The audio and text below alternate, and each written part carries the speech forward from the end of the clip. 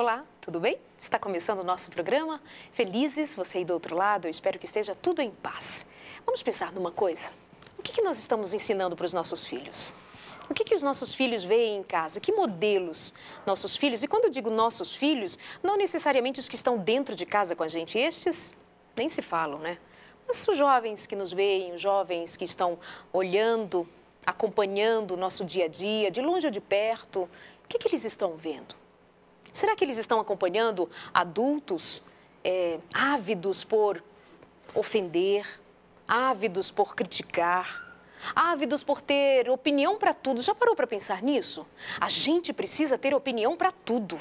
Eu preciso me posicionar para tudo. Independente se eu parei para analisar, se eu raciocinei, se eu usei os elementos necessários para emitir uma opinião. E nossos filhos nos veem, nossos jovens, os meninos e as meninas que não perdoam a nossa incoerência e não perdoam porque eles se rebelam e dizem, não quero isso para mim. E nós muitas vezes não nos damos conta. Sabe aqueles dias que a gente volta da igreja para casa, e enquanto nos reunimos para nos alimentar, nós falamos mal, nós criticamos, nós ofendemos, nós diminuímos. Sabe aquele outro momento em que a gente pega um fato, um ocorrido, e nós tiramos o foco do ocorrido e focamos nas pessoas e dizemos, que coisa horrível que ele é, que coisa horrível que ela fez, olha ela. Eu fico me perguntando que valor vai ter quando nós lermos para os nossos filhos a história de Davi. Como nós vamos dizer para os nossos filhos a partir do que aconteceu com Pedro? Será que Pedro merece consideração? Paulo, os apóstolos, os seguidores de Jesus? Nós somos muito cruéis na nossa forma de falar e viver. E depois o que dizer para os nossos filhos? Vamos pensar sobre estas coisas? Nós estamos ensinando misericórdia para os nossos filhos? Nós estamos falando de amor e misericórdia na prática muito mais que as palavras? Quando você se dirige a alguém e ofende, e oprime, diminui, desconsiderando que ela tem família, que ela é alguém que é um indivíduo que, portanto, talvez tenha só errado, mas você se põe como juiz, eu me ponho como juíza, o que os nossos filhos estão aprendendo? Vamos pensar, por exemplo, a partir da ótica dos adolescentes, essa fase de transição, o que nós estamos colocando para os nossos adolescentes e vamos cobrar deles o quê? É o tema de hoje, os adolescentes e os pais. Os adolescentes e os pais, mas eu também quero falar dos professores, dos vizinhos, dos avós, dos tios, de nós todos. Todos nós. Bem-vindos ao programa de hoje. Este é o tema, pais e adolescentes. Contamos com você aí de casa. E aqui com a gente, dois convidados muito especiais. De volta, que esteve comigo na última semana no Sem Tabus, doutor Edson de Oliveira. Bem-vindo. Obrigado, Leide. É um prazer estar de volta ao consultório de família. Delícia, com muito meu amigo bom. pastor Bonfim, colega de bacharelado, de mestrado, bom amigo, bom te ver. Então, encontro de amigos, verdade, né? Verdade. Doutor Edson, ele é pastor por formação e escolheu trabalhar diretamente na área de família, tem mestrado, tem doutorado e vem aqui nos auxiliar, nos ajudar, compartilhando com a gente conhecimento, mas, sobretudo, o aprendizado da parte de Deus e pelo poder do Espírito Santo. E por falar em Deus e no Espírito Santo, mais um convidado guiado pelo Senhor Jesus. Bem-vindo, pastor Bonfim. Muito obrigado, Daleide. Prazer tê-lo aqui, Prazer estar aqui com você, com o pessoal que está assistindo o programa e também com o meu amigo, Dr. Edson Oliveira. Eu sempre fico muito à vontade, muito feliz com os meus convidados, porque eu não trago alguém que eu não tenha a afinidade ou a certeza de que eles vão contribuir espiritualmente. E eu tenho aqui dois pastores trabalhando com famílias, e o pastor Edson, o pastor Bonfim, ele é o líder do Ministério da Família para a Igreja Adventista, tanto no Brasil quanto em mais 7 países de fala hispana. É um homem totalmente entregue a esse ministério, chamado pelo Senhor para fazer o trabalho que tem feito. E eu digo de público, que eu digo em particular a muitos dos meus amigos e por onde eu passo, da minha admiração pessoal pela sua família, pela Mariluz. Um beijo para a Mariluz, que ficou lá em Brasília, né? E você está aqui com a gente. Muito obrigada, que Deus o use sempre nesse ministério. A vocês dois, que a paz do Senhor esteja com vocês sempre. Amém. Amados, e a proposta de hoje? Falar sobre a relação adolescentes e pais. E eu queria que vocês, então, já começassem a elaborar esta ideia. Por onde a gente começa falando desta relação que às vezes parece truncada e difícil, porque os meninos, as meninas estão numa descoberta de si mesmo e às vezes traz conflitos. Por onde começam os conflitos, pastor Bonfim? Eu estava pensando aqui, enquanto você estava falando, Aham. que às vezes os conflitos começam, não sei se, Edson, você concorda, com a gente já esperar. Então, hoje já tem um rótulo aí para os adolescentes, é uma fase difícil, e os pais já ficam esperando, será que já começou? Às vezes, o primeiro conflito em casa, é adolescente, né? É aborrecência, né? Então, que esse rótulo horroroso. você já fica esperando, você já fica construindo aquilo, e quase que é uma profecia autorrealizadora, né? Você já constrói. E outra coisa que eu estava pensando, que essa fase, ela coincide com uma fase dura para os pais. Geralmente, quando o filho chega na adolescência, os pais estão numa fase do ciclo vital difícil também, que é a meia-idade, eles estão se questionando a respeito da sua vida profissional, eu cheguei aqui, daqui eu não vou passar mais, possivelmente. Eles já estão começando a questionar a sua vida sexual, já começam a haver algumas mudanças na sua vida sexual, e os pais têm alguma crise em relação a isso. Já nesse momento, também morrem os avós, os pais os seus pais, né? Então, é uma crise emocional. São crises difíceis pelas quais os pais passam, e às vezes a maior crise não é dos filhos, é dos pais. Interessante, verdade? É uma crise do sistema. A gente percebe, como o pastor Bonfim colocou, os pais dos pais, às vezes já estão mais velhinhos, você olha, lembra daquele pai tão forte, daquela mãe forte, agora, quem sabe, numa cama. E, do outro lado, você tem uma outra geração, que são os filhos, os adolescentes. E dizem que essa fase do ciclo da família, ciclo de vida da família, é tão interessante, porque os pais dos pais, que são os avós dos adolescentes, eles têm carência dos pais, né, desses filhos. Esses pais mais velhos têm carência desses filhos que estão nessa meia-idade. Só que eles... Que, por sua vez, são pais dos adolescentes. E eles têm medo, às vezes, de se aproximar, porque aquela é a realidade que o espera depois. O envelhecimento, a cama e tal.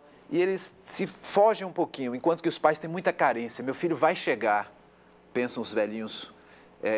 Por outro lado, eles fogem daquilo ali, mas eles tentam se aproximar de uma fonte de juventude que está com os seus filhos adolescentes. Só que eles vão para os adolescentes, só que os adolescentes não querem. Veja que situação eles ficam, né? Os adolescentes não querem os pais nessa fase, não querem sair com os pais. Então, eles ficam bem deslocados. É uma fase em que a mulher, muitas vezes, está tentando alguma coisa, fazendo uma faculdade. Então, veja que para o homem fica mais difícil, né? A esposa agora vai para a faculdade, ele fica em casa. Então, é muito interessante essa fase. Não é a adolescência não é o problema, não está na adolescência, está no ciclo de vida da família. Ela enfrenta uma crise, que é muito mais fácil dizer que realmente o problema esteja com os adolescentes, né? É muito mais fácil. O pastor Bonfim falou, você começa a se preparar, né? Você começa a preparar. Eu vou fazer um exame médico a semana que vem, e minha esposa fez, aí disse, olha, dói, é incômodo e tal. Eu já comecei a me preparar que vai doer, vai incomodar, a gente se prepara psicologicamente para uma situação dolorosa. E vai ser mais ou menos assim. E aí a gente já fica com medo, já se arma para isso, né? Pastor, traz à tona para a gente uma matéria que está no jornal aqui, que circulou em São Paulo, com uma fala significativa para a nossa tema. É verdade. Na Folha de São Paulo de hoje, tem aqui a história de uma adolescente que ela diz assim, a garota diz chorando, eu entendo você. Dói quando a gente está buscando o amor dos pais e eles nem veem que a gente está aqui. Eles estão mais preocupados com os problemas deles. Então, a adolescente reclamando a carência desses pais, sentindo falta do amor desses pais. Essa é uma matéria a respeito de um adolescente na sua relação com os pais. Aqui tem várias situações de adolescência, principalmente com os pais, com questões de bipolaridade e outros problemas. Agora, esse negócio é interessante porque esse contato, você falou que o adolescente às vezes não quer o pai. Não quer, É porque talvez o pai já não quis. Na infância, né? Na infância. Porque, às vezes, acontece, deve acontecer para vocês também. Alguns pais chegam, pastor, vai lá fazer uma visita para o meu filho adolescente, vai conversar com ele. Mas agora tem pouca coisa. Tem alguma coisa que você pode fazer, mas pouca. Muito pouco, é verdade. Você tinha que ter feito quando seu filho era criança. É a história do vínculo, né? Que não foi bem isso. feito. Formar os bem. vínculos. Não se estabeleceu um vínculo. E outra coisa que é importante a gente destacar é que a adolescência começa mesmo com essa separação. Você vê que o primeiro parto, quando a criança estava na barriga da mãe, e então ali a relação se torna incômoda e ela então ela nasce. Não dá mais para conviver os dois, a mãe e o filho. Então ela é expulsa para a família, né? Então cai no útero da família. Depois ela vive nesse útero um período, então depois a relação começa a ficar incômoda, começa a crescer, começa a ter identidade, então ela precisa ser parida de novo em outro lugar. Então, eu acho que a adolescência ela tem essas questões naturais. Então, isso se soma ao fato de a família já estar nesse momento interessante do ciclo vital, a crise dos pais e tal. Isso. Se soma ao fato de que a criança, quando nasce, ela tem uma identidade ligada à identidade dos pais. Quando você vai apresentar uma criança para alguém, você diz, isso aqui é o filho, isso aqui é a filha da Darleide. Você nem fala o nome da criança. Então, a minha identidade, nessa fase, está ligada à identidade dos pais. É verdade. Então, chega um momento que o adolescente cansa, diz, não, eu quero ser eu mesmo. Então, ele começa a contestar alguns valores da família, alguns valores dos pais, só para dizer, olha, eu existo, eu sou uma outra pessoa. Então, eu tenho identidade. Eu tenho identidade. Ele começa a se desligar da família. E, às vezes, os pais ficam muito preocupados com essas iniciativas, sendo que são coisas normais. O filho que não fizer isso é doente. Então, como é que a família contribui? Como é que ela acompanha esse processo? Eu acho que você não pode supervalorizar isso. Eu, por exemplo, passei a usar a camiseta do lado avesso. O que foi que aconteceu? Mas é porque todo mundo usava do lado direito, eu comecei a usar a camiseta do lado avesso. Adolescência. E o meu pai começou a me enfrentar. Disse, como você está? Faça favor de vestir a camiseta do lado direito. Você é do contra, né? Então, por quê? Porque você quer contestar as coisas. Foi uma ideia que você teve para ser contrário, contestar. Então, você se você não supervalorizar essas coisas que ocorrem dentro de um limite do razoável, tem coisas que você tem que contestar.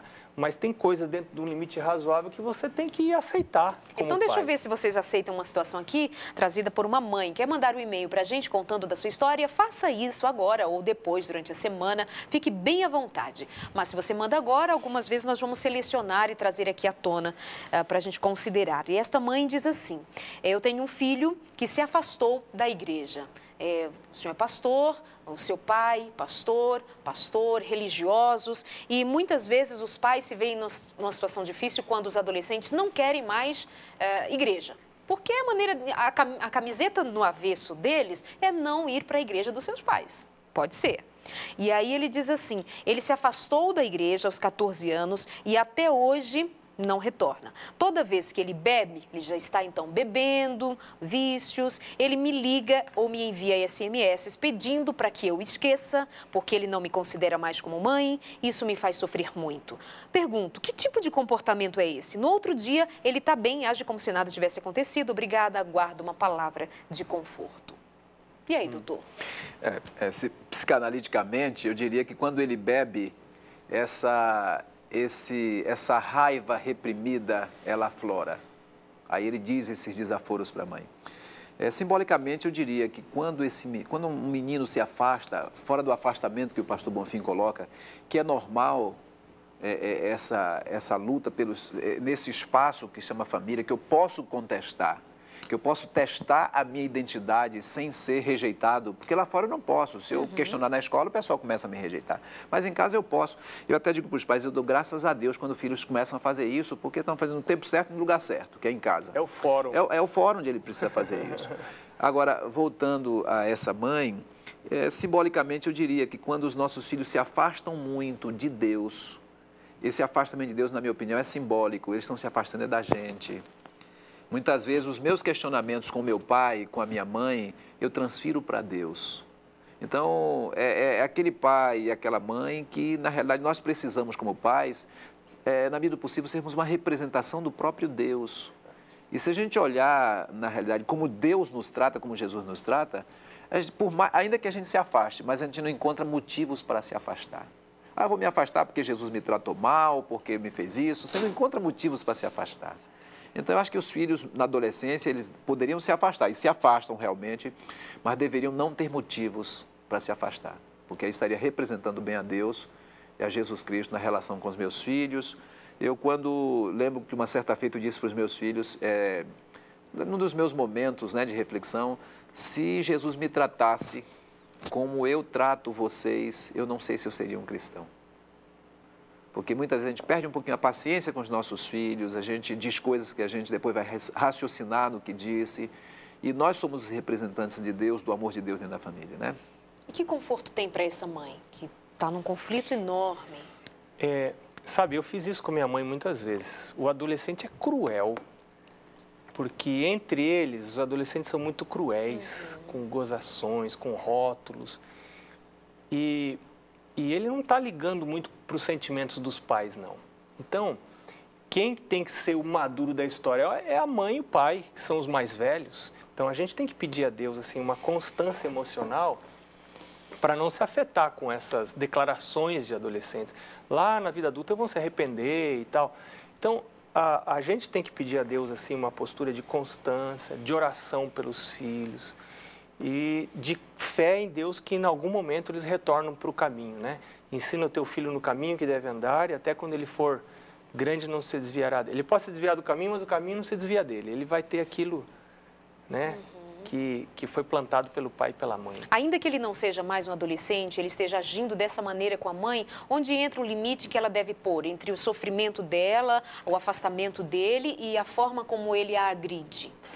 Tem como se proteger? Eu queria ainda falar uma coisa, doutor Edson.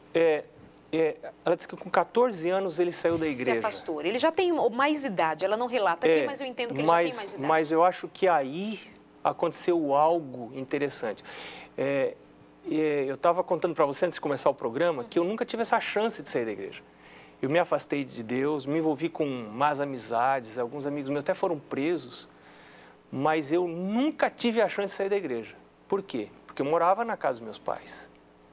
Eu não tinha dinheiro para ter uma outra vida em outro lugar, eu não tinha dinheiro para sobreviver, eu dependia dos meus pais. Meu pai disse, meu filho, eu não posso obrigar você a amar a Deus. Então, meu pai manteve a liberdade do adolescente. Eu não posso obrigar você a amar a Deus. Agora, enquanto você estiver aqui nessa casa, eu quero pedir um favor a você. Você me acompanhar à igreja. Você não precisa gostar de ir à igreja, mas eu preciso que você me acompanhe, porque se você não for, Deus vai cobrar de mim que sou seu pai. O gosto é com você e Deus. E se um dia você sair de casa, você vai ser o que você quiser. Mas enquanto você estiver aqui dentro de casa, eu preciso que você vá à igreja comigo. Então esse foi o limite que meu pai colocou. Meu pai disse, você come da comida que eu pago para você. A cama foi eu que comprei, o lençol, a roupa. A roupa que te dou. A roupa. Então, é verdade, eu não tenho outra opção. Então eu ia à igreja, ficava lá no fundo, rindo, contando piada, mexendo com as meninas. E foi ali que Deus me encontrou.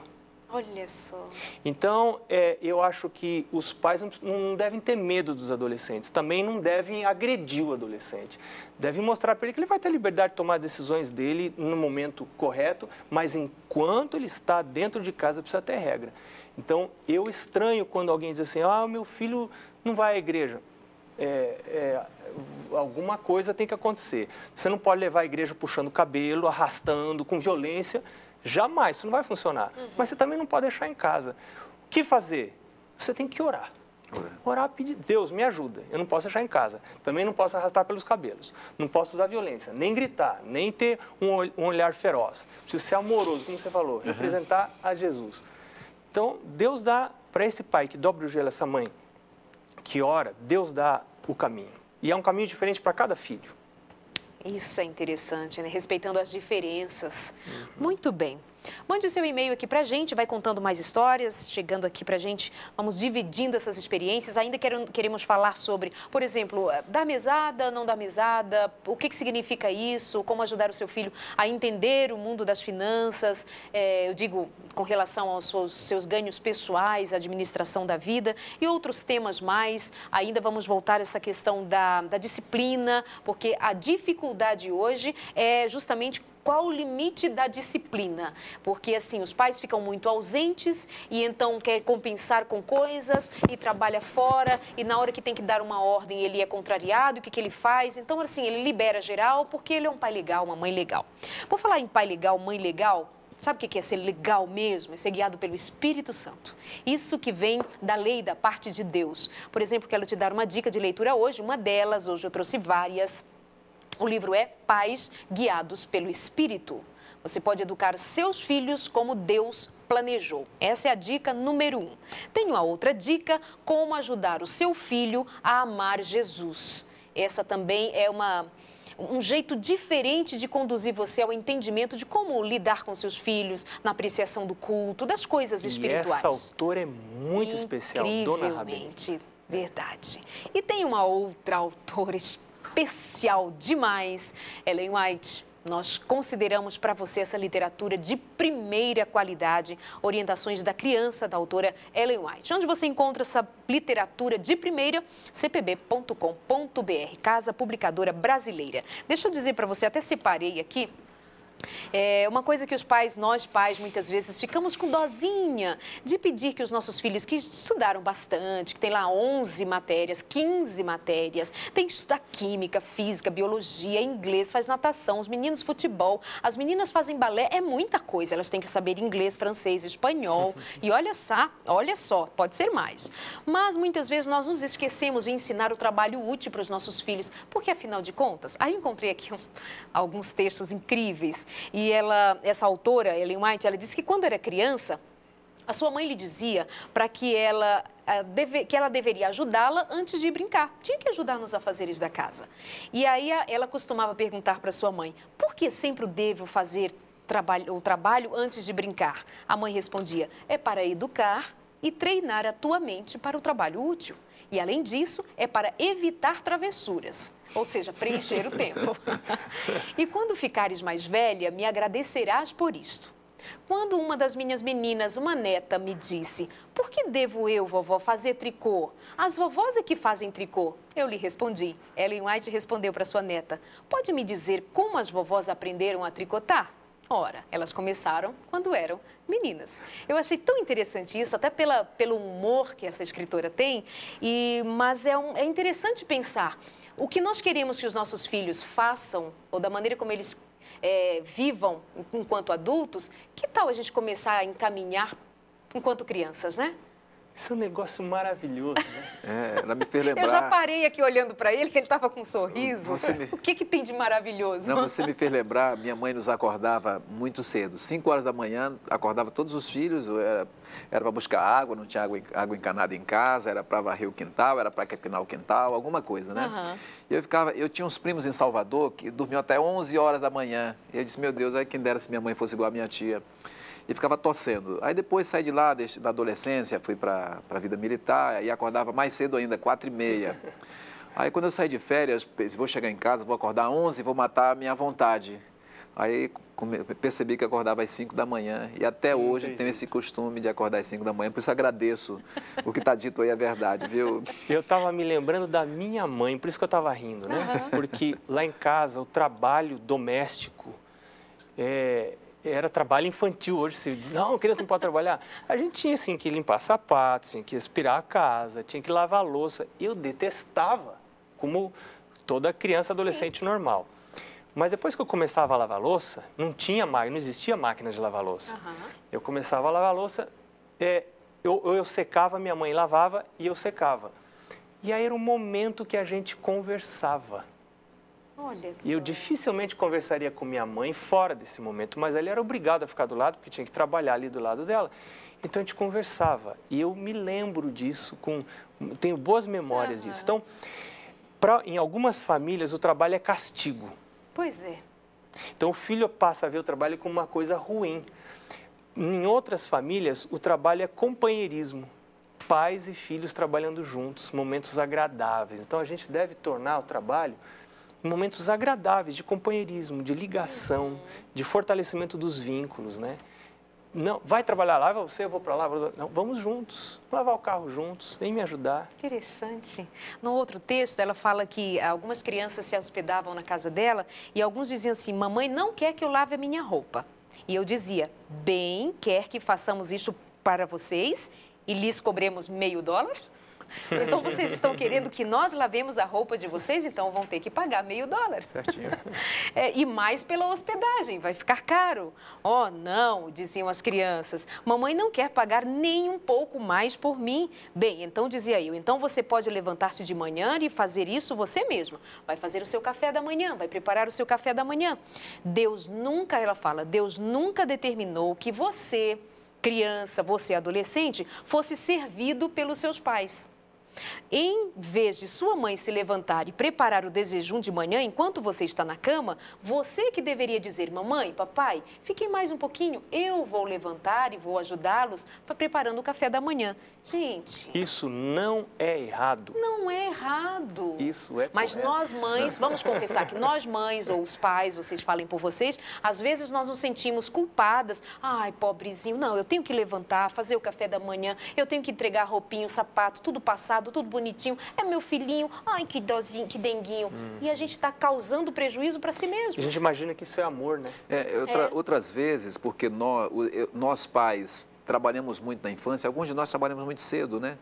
E alguns não tiveram nem oportunidade de estudar por conta disso. Então, eles pensam assim, não, o que eu passei, eu não quero que meus filhos passem. É isso, verdade. Então, aí eles apresentam um modelo de educação totalmente divorciado do trabalho. Só então, que você é o que é pelo que passou. Exatamente, Aí terminam formando filhos que você estuda, mas não tem afinidade com o trabalho, não tem iniciativa para trabalhar. Então, realmente, isso é um problema. E, sem contar, hoje, se alguns pais forem fazer isso, a criança de hoje vai dizer, olha, eu vou denunciar a senhora no conselho tutelar, a senhora está me maltratando, viu? Está me colocando para lavar a louça. Isso é um castigo. É verdade. Darlide, estou com um problema muito grande. Tenho uma prima que xinga, diz que não gosta da mãe, diz que a odeia e fala coisas piores ainda. Se é que no ouvido de uma mãe tem algo que soe pior do que ser odiado pelo filho, né? Pelo menos ouvir isso. Aí ela saiu de casa e veio morar comigo. Mas ela está me dando muito trabalho, só fala gritando, acha que é dona do próprio nariz. Agora, namorando com o menino, ficou mais rebelde ainda. Por favor, Darlide, estou desesperada, não sei mais o que fazer com essa menina. Espero uma resposta para me ajudar. O que fazer? Eu vou me atrever a dizer alguma coisa. Tá. Em primeiro lugar, a gente vê que as crianças estão muito expostas a certos programas que são passados pela mídia que não educam, deseducam, deformam. Então, a gente percebe isso também no meio das crianças, né? Programas que ensinam você a gritar com os pais, a se rebelar. E os meninos vão aprendendo isso. Não tem como não aprender. Outras vezes, os próprios pais. É o pai que grita com a mãe, é a mãe que grita com o pai. Então, a criança foi criada nesse ambiente. Eu odeio você, eu odeio aquilo, eu odeio aquilo outro. Até eu odeio o cachorro, eu odeio essa comida. Então, essa palavra odiar se torna muito corrente, ela circula muito facilmente no meio da família. Tem uma coisa que eu não gosto de fazer, só não vou usar a expressão odeio, Sim. Mas é que preciso fazer uma pausa para o intervalo e a gente já volta. Tá bom. E ele continua falando para a gente a respeito dessa questão. É bem rapidinho o nosso intervalo, continue mandando o seu e-mail, as questões são sérias, importantes, merecem a nossa atenção. Hoje conversando com o pastor e doutor Edson de Oliveira, também o pastor e mestre Marcos Bonfim. Logo depois do intervalo estamos de volta.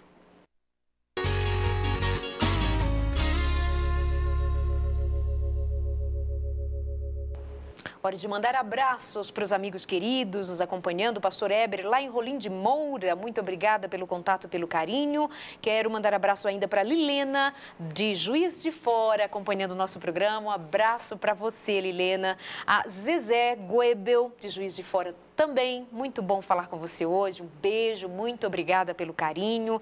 Quero ainda dizer para os amigos de Nova Venécia, no Norte Capixaba, todo esse pessoal aí na região do Norte Capixaba, neste final de semana estarei em Nova Venécia e os amigos desta região estão convidados para a Igreja Central de Nova Venécia. Nos encontramos lá na sexta, no sábado pela manhã e no sábado à tarde. Uma linda programação com o apoio da Rádio Novo Tempo, a 100,3 FM. Um abraço para o Giovanni e para Luciane Rocha, amiga querida demais. Ainda para o pastor Brendson, lá em Novo Horizonte, no Ceará. Muito obrigada pelo carinho. Quer mandar abraço também, onde esteve esse final de semana? Estive em Laranjeiras. Um abraço para o pastor Selmo, toda a sua equipe de Laranjeiras ali em Caieiras.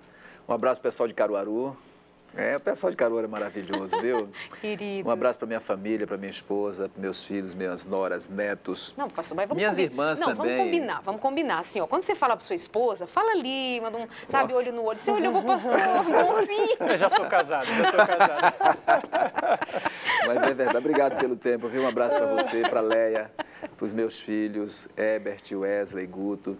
Um abraço para minha prima Vera, lá de Salvador, me ligou ontem, dizendo, olha, primo, estou aqui ligada, fiz contato com Aracaju, o pessoal de Sítio Novo, muito minhas bom irmãs. ter esse retorno, né? Muito bom. Eu agradeço muito a Deus e a vocês. Eles estão orgulhosos porque eu estou aqui com vocês, viu, Darlene? Gracinha. Eu divido com vocês esse orgulho. E eles contribuíram muito com a minha formação, com a minha vida. Que bom, graças a Deus. Tem algum abraço, pastor Bonfim? Eu quero mandar um abraço para o pessoal da igreja de Ariri, lá em Belém do Pará. Uau! E quero mandar um abraço para o pessoal da igreja de Águas Claras, no Distrito Federal, que é onde eu vou estar fazendo a Semana da Família. Por falar em Semana da Família, posso fazer um comercial? Vamos lá. Bom, isso eu vou deixar para você falar. Deixa eu falar uma outra coisa, Darlene. Os materiais da Semana da Família, que deve acontecer em todas as igrejas adventistas, entre os dias 4 e 11 de maio. Então, vou falar para você aí. Isso. Os materiais já estão à disposição no site. Anota aí o site, www.adventistas.org/família. Ali dentro você procura uma abazinha, uma aba Semana da Família.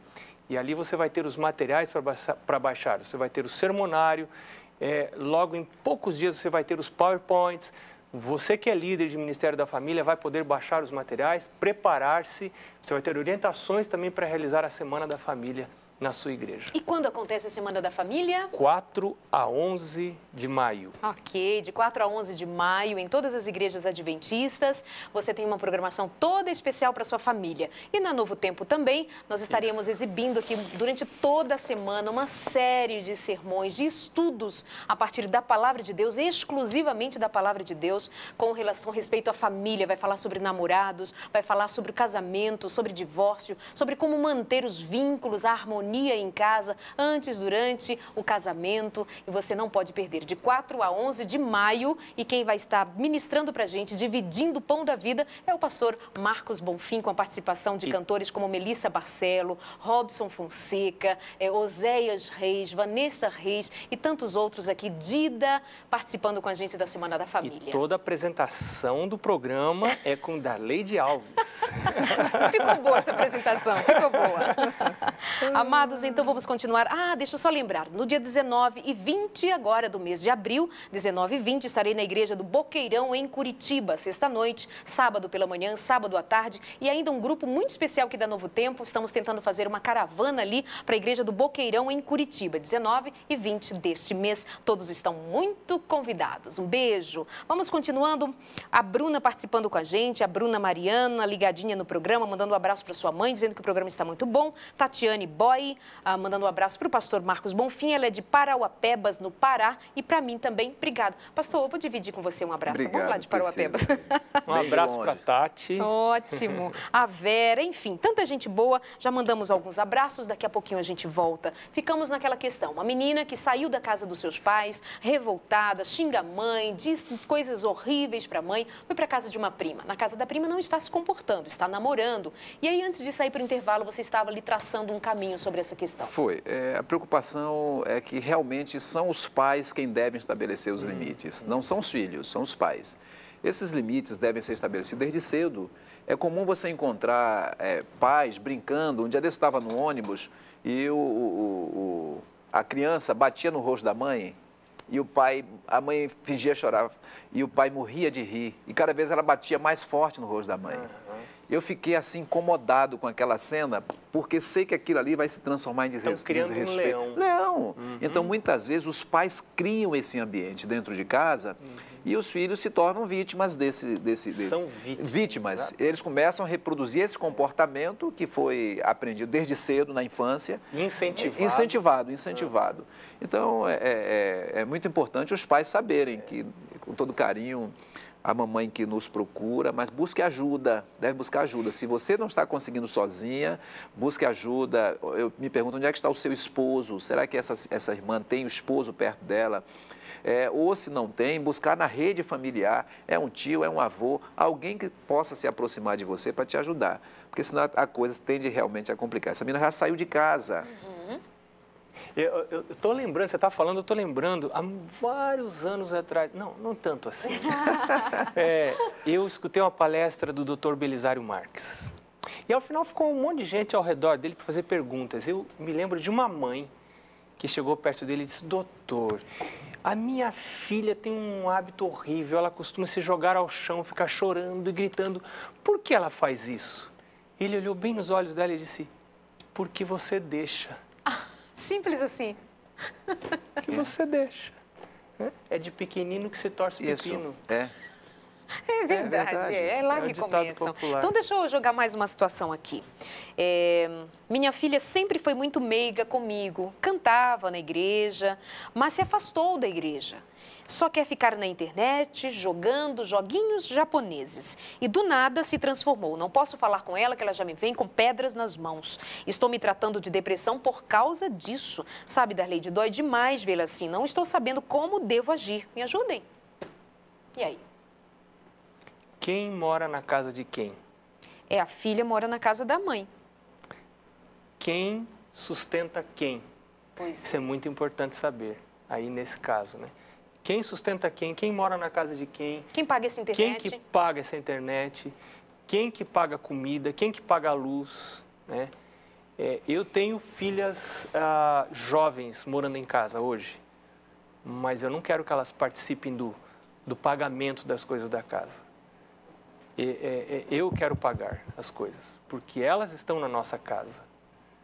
Não somos nós que estamos na casa delas. Quando um dia, se eu precisar ir para a casa delas, eu vou ter que aceitar as regras da casa delas. Entendi. Mas e para aquela família em que os filhos são arrimo ou precisam colaborar, como é que trabalha? Já pensou se essa menina aqui é uma que ajuda nas contas de casa? Aí tornam as coisas um pouquinho... É uma situação um pouco mais complicada, né? Mas ainda assim permanece a autoridade de quem? Quer dizer, a autoridade é realmente só de quem paga? Onde fica o mandamento de que é pai, mãe? Onde que está a questão? Eu acho assim que o filho precisa aprender a se relacionar com a autoridade dos pais. Os pais precisam ter autoridade. E essa autoridade não é só, digamos assim, na palavra, tem que estar no exemplo, na vida. Jesus falava com autoridade, porque a vida de Jesus permitia que ele tivesse autoridade. Tinha integridade. Muitas vezes nós pais somos um pouco incoerentes. A gente diz uma coisa, mas a gente faz uma outra coisa. Então, tudo isso tem que ser observado quando vem uma situação dessa. Mas, via de regra, ensinar aos nossos filhos que o respeito à autoridade dos pais, mesmo que os pais estejam até errados em alguns momentos, isso é importante para eles, porque eles vão encontrar no trabalho, na faculdade, em outros lugares, eles vão encontrar outras autoridades que não vão ser tão coerentes e que eles vão precisar respeitar. Eles vão encontrar decisões judiciais, decisões policiais, decisões acadêmicas que não serão coerentes, mas ele vai precisar respeitar, ele não tem outra opção. E se ele não aprende isso em casa, ele vai ter dificuldade em respeitar também. Vai ter que aprender de qualquer maneira, mas de uma via mais dolorosa. Mais dolorosa, coisa que ele poderia ter aprendido mais cedo em casa. Então, o adolescente precisa entender que o aprender, o respeitar a autoridade, faz parte digamos assim, do programa de desenvolvimento dele. trabalhar, faz parte do programa de desenvolvimento dessa criança ou desse adolescente. Agora, o que mais pode estar por trás da atitude dessa menina que não seja essas questões comentadas agora, que a faz tratar esta mãe tão mal, ao ponto de esta mãe adoecer? Tá, fale, depois eu falo. Pode. Como é bom ter doutores prontos para responder. Primeiro, para a mamãe que está escrevendo, Arleide, é bom ela definir melhor, porque quando a gente trabalha com transtornos psiquiátricos, eles são multifatoriais. Então, não existe um fator só que gere uma depressão. Não é a questão com a menina que está gerando a doença. Não, são multifatoriais, são vários fatores. E eu fico me perguntando, será que esta mãe, desculpe se a mamãe tiver, não fique zangada comigo se for essa a sua realidade, mas será que essa mãe também não tentou sufocar demais essa filha, a ponto dela adoecer quando essa filha mudou? Por que a felicidade dessa mãe está tão fusionada com a vida dessa filha? A ponto de eu adoecer. Ao invés de eu me preparar, de eu lutar para enfrentar uma situação, eu adoeço, eu entro em depressão, eu me fragilizo.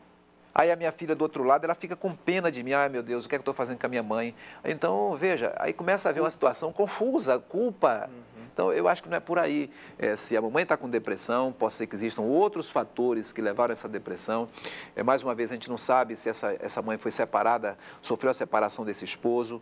Isso já é um outro fator. Se ela vê o tipo de família de onde ela vem, a mãe está vindo, tudo isso tem que ser analisado. Agora, quando ela diz que está com depressão por causa dessa filha, aí ela se torna muito frágil, uma mãe muito frágil para lidar com a filha que no momento está sendo muito forte para ela. Essa filha está muito poderosa. Muito poderosa. É verdade. E cada vez que ela adoece, a filha se torna mais poderosa ainda. Quem sabe a fragilidade dessa mãe não provoca essa menina e ela reage com raiva? Pode ser também. Talvez ela queira que essa mãe reaja de outra forma, de maneira mais segura, mais forte. Quando ela não reage, ela vai... Os filhos esperam ver em nós uma lição de graça, de misericórdia, de bondade, de constância, de amor. Então, nós não temos isso em nós mesmos, porque nós, na verdade, somos frágeis como pais. Então, nós temos que buscar isso em Deus. Eu me lembro da experiência de Jó, que está aqui na Bíblia. O Jó tinha filhos muito festeiros. A Bíblia fala que eram festeiros os filhos de Jó. Jó era um homem rico, não precisava trabalhar, porque tinha muito dinheiro. E a Bíblia diz que Jó se acordava de madrugada para orar pelos filhos. Ele reconheceu o seu papel não de vítima da situação. Eu tenho que tomar as rédeas do controle da minha casa e eu faço isso pela oração. Então Jó era um homem que ia à presença de Deus cada manhã e orava pelos filhos, fazia culto pelos filhos, oferecia sacrifício pelos filhos. Ele queria conduzir, ele não dependia do que os filhos faziam, ele era proativo, né? Então, eu me espelho muito na experiência de Jó. Eu acho que ele tem muito a ensinar para nós, pais. Nós irmos resgatar os filhos pela oração, pela bondade, pela misericórdia. Ao mesmo tempo, firmeza. Os filhos precisam... A Bíblia diz que Jó era um homem íntegro, temente a Deus. Então, será que o meu filho olha para mim, vê assim na minha comida, na minha bebida, meu porte, na minha roupa, nas minhas palavras, na minha honestidade, nas minhas transações... Ele vê integridade, ele vê coerência, ele vê um modelo. Eu não sou assim agora, mas o meu pai eu sei que é correto, minha mãe eu sei que é uma pessoa correta. Desculpa. Eu acho que isso produz credibilidade e dá um pouco de moral para o pai e para a mãe. Em algum momento precisa colocar um limitezinho, né? Falar com amor, com carinho. O filho às vezes não aceita, mas depois o filho pensa... E às vezes volta atrás, diz desculpa pai, desculpa mãe. E às vezes não volta atrás. Mas o pai e a mãe fizeram o que devia, fizeram a lição de casa, né? É isso mesmo. Darlene, me permita só uma contribuiçãozinha final. Até a questão da autoridade na fala do pai ou da mãe. Mesmo você encontra, menino, tá na hora de ir para a escola. Levanta, tá na hora de ir para a escola. Aí a criança vê, ela não vê a autoridade da voz da sua mãe. Às vezes a mãe chega lá com firmeza, filho, levanta. Mas mamãe não sei o quê. Filho, levanta. E a criança sabe, ela pode relutar um pouquinho, mas ela vai obedecer. Às vezes há pessoas que têm dificuldade em lidar com essa própria autoridade, né? Por isso que eu digo, às vezes questões de famílias que vêm de lá de trás, busca ajuda para você ajudar seu filho. Muitas vezes você precisa passar primeiro pelo processo de ajuda. Quando um dos cônjuges tem essa fraqueza aí, o outro tem que complementar, chegar junto, chegar junto. Isso é uma questão importantíssima. Gente, dá para fazer uma série. Por falar em série, vai vir aí um produto que tem a sua condução, que é um projeto para os pais. Fala um pouquinho a respeito desse projeto. Esse projeto se chama Encontro de Pais. Ele já está à disposição na internet. São vários vídeos que já estão à disposição nesse site que eu falei agora há pouco, que é o www.adventistas.org/família. Okay. Você entrando ali, você clica na aba Encontro de Pais. Ali você vai ter todas as instruções para esse projeto e você já vai ter vídeos para instrução dos pais, né? Gente, coisa boa, coisa de primeira. Pesquise, se informe, queira saber por onde você pode caminhar para melhorar, para acrescentar, para trazer benefícios para dentro da sua casa. Então, vai lá no www.adventistas.org.br. Não, sem o BR. Ah, não tem BR. .org, esquece BR.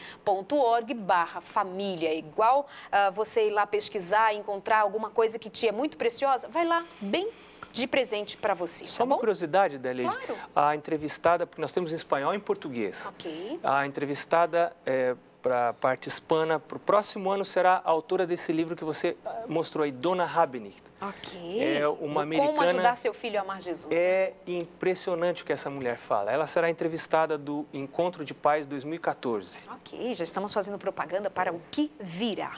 Sabe, meus amados, amanhã, às 9 da noite, você está sempre acompanhando aqui pela Novo Tempo, às terças-feiras, às 9 da noite, às 21 horas, o programa Na Mira da Verdade. Mas amanhã é especial. O ano passado tivemos, foi um sucesso. Amanhã se repete.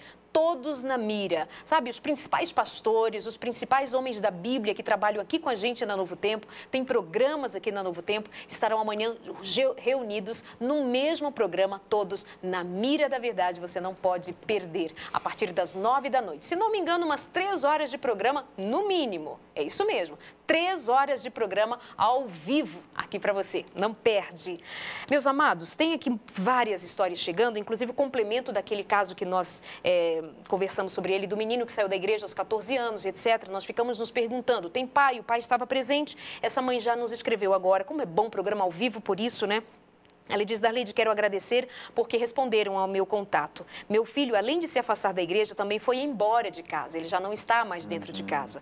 Hoje ele está com 24 anos. Tenho 3 filhos. Os criei só com a ajuda de Deus. Isso. O pai deles nos abandonou há 16 anos. E só meu filho mais velho resolveu agir dessa maneira e tem me dado esses desgostos. Ore por ele, Darleide. Oro todos os dias, às 4 da manhã e espero receber vitória muito em breve. Assim seja. Deus seja louvado. Amém. É um peso sobre uma mulher que é deixada com filhos. Em algum momento, esse contexto frágil, né, encontra uma personalidade mais frágil que adoeceu e agora ele... E talvez, eu me pergunto, será que essa mulher não já foi abandonada pelo próprio pai também? Pois é. E depois foi abandonada pelo marido e agora abandonada pelo filho. Ai, meu Deus. Então, minha sugestão, Adelaide, que eu dou para essa irmã é que ela peça forças a Deus e ela tente viver a vida dela. Porque às vezes a gente percebe que quando um vai embora, a mãe ou o pai ficam tão preocupados em querer trazer que esquece os outros 2 que estão ali. Esquece da própria vida dela, de viver a vida, fica vivendo a vida do outro, não consegue viver a vida do outro. Isso só vai trazer mais angústia para ela e vai ser mais fragilizada para cuidar desses 2 que ficaram. Ora a Deus, cuida dos 2 que ficaram, cuida da senhora, para que juntos vocês 3 possam ajudar esse que foi. Verdade, e ela está orando todos os dias às 4 da manhã. É o ministério da oração. Isso é o que ela tem a fazer. Entregar nas mãos de Deus e confiar em Deus. Deus ama esse filho mais do que ela. É verdade. E há um homem que nunca vai abandoná-la, né? Que é Cristo Jesus. Há um Deus que nunca vai abandonar. Como diz a palavra, o Senhor é o teu marido, né? Amados, também a gente não pode desconsiderar que os nossos filhos estão muito frágeis diante de influências más. Exatamente. Eu diria influências demoníacas. Então, aquela menina que está na internet, os jogos, aquela fissura pelas coisas virtuais. Nós vamos ver filhos, meninos nossos, influenciados pela má música, pelas más companhias, pelas más informações. Pelos exemplos ruins. Pelos exemplos ruins que vêm por meio de televisão, de música, de filmes, de novelas, de livros, de uma série de questões. E eu vou lembrar de uma expressão desta escritora, Ellen White. Deixa eu apelar para você, amados. Estão sofrendo com seus filhos? Amada mãe, está sofrendo com seu filho? Você conhece a palavra de Deus? Você tem interesse de que o Senhor entre na tua casa e te salve? A palavra de Deus, a Bíblia, é o alimento, é o pão da vida. Mas o que eu estou te trazendo aqui a cada semana, repetindo para você dessa literatura, são pessoas inspiradas por Deus para colaborar contigo a partir de outras questões do nosso dia a dia. E a escritora Ellen White, não tenha medo, não fique pensando, por que eles falam tanto nela? Quem é essa mulher? É apenas uma escritora inspirada, com uma experiência com Deus, que retratou isso em palavras e em livros. E você tem, por exemplo, o livro Orientação da Criança. Para você que é mãe, para você que é pai, adquira esse conteúdo para o bem, para a saúde da tua família, em nome de Jesus. É para te fazer bem. Amém. Orientação da Criança. Não esquece, anota aí, vai lá na CPB. Eu não estou fazendo isso por venda. Nós não trabalhamos aqui com venda. Você sabe que a Novo Tempo não se posiciona dessa maneira. Nós estamos entregando para você a possibilidade de ter um material de referência mundial. Essa é uma das escritoras mais traduzidas no mundo. E tudo que está nessa literatura, até hoje, não foi desacreditada por ninguém, porque hoje a psicologia moderna está trazendo à tona coisas que já foram identificadas há muito pelo Espírito de Deus. Não deixe de ter esse livro, Orientação à Criança. E essa autora, num dos seus escritos, num dos seus livros, ela diz que muitos dos nossos filhos pisam em terreno encantado. Ela fala o terreno encantado de Satanás. E nada que você, mãe, faça, nada que você, pai, faça, vai mudar essa realidade, a não ser orar. Então, assim, dá tanta esperança, tanta convicção de que essa mãe está sofrendo com esse filho, ao acordar todos os dias às 4 da manhã, será visitada pelo Senhor e este menino vai ser resgatado. E nós já dissemos aqui de um outro texto que nós cremos vai se cumprir. Todas as orações das mães serão ouvidas antes que Jesus volte. O seu filho vai ser socorrido pelo poder de Deus. Em algum momento o Espírito Santo vai tocar no coração desse menino. Clame, ore e viva pelo poder de Deus, em nome de Jesus, tá? Pastor Bonfim, a gente aqui mandando um abraço para o senhor, foi sua ovelha há 20 anos na Igreja do Jardim Represa, em São Bernardo do Campo. Nossa. Mas tu já tem história como pastor, né? Faz tempo. Já tem ovelhas por aí. Meus amados, temos só um tempinho mais, eu quero deixar 2 minutinhos para ambos, falar com os pais ali em casa e falar ao coração deles, pela graça do Senhor. Pastor. Eu quero dizer para os pais, nesse momento, a adolescência é um período assim, de muita dificuldade, paciência. Entender que a definição da criança e da adolescência é um ser em desenvolvimento. Então, às vezes você tem um menino que tem a adolescência mais difícil, depois se torna uma bênção. Eu tenho 3 filhos. E o meu filho mais novo parece que era o mais danadinho na escola, no colégio, no internato. E hoje é um grande líder dessa igreja. Então, graças a Deus pelos meus filhos, que se tornaram uma bênção. Lembro um dia que uma pessoa disse para mim, pastor, seus filhos não vão dar para nada. Uau! Aquilo me doeu muito. E eu fico tão feliz por ver que meus filhos, graças a Deus, têm sido abençoados por Deus. Então, acredite nessa bênção e insista e confie no Senhor. Amém. Pastor, no começo do programa o senhor citou um caso de que pesquisas dizem que às vezes o fato de os pais simplesmente juntos jantarem criam vínculos fortíssimos. Você tem que criar rotinas que fortaleçam vínculos. A própria lei da entropia diz que os sistemas tendem a se desagregar e a perder energia. E a família é um sistema. Então, nós temos que tomar esforços conscientes para agregar. Então, nós temos que ter rotinas que agreguem, que juntem. Por exemplo, é o culto da família, todos os dias, 2 vezes por dia. São as férias, são os momentos de refeição. E por falar em refeição, bem recente, um resultado de uma pesquisa muito interessante que analisou só 2 variáveis, jantar e drogadição. E a conclusão que eles chegaram foi que, em famílias que tomam uma refeição por dia juntas, só o jantar, a taxa de drogadição dos filhos é praticamente 0. Ou seja, não há praticamente não há consumo de drogas entre os filhos de famílias que jantam juntas todas as noites. Pode ser o café da manhã, pode ser o almoço. Enfim, estar junto com os filhos é muito importante. Deus quer estar junto com a gente, isso é muito importante. E nós somos assim, os representantes de Deus para os filhos, também temos que estar junto com eles. O sábado é Deus querendo estar junto com a gente. Então, nós também temos que estar junto com os filhos. Rotinas. Muito obrigada, muito obrigada. Que Deus os abençoe ricamente e voltem aqui mais vezes. A você de casa também, o nosso muito obrigada pelo carinho. Pensem nisso, busquem mais, leiam mais e orem mais. Desesperadamente orem. Clamem a Jesus pela visitação plena na sua casa. Um beijo, obrigada pelo carinho e até semana que vem.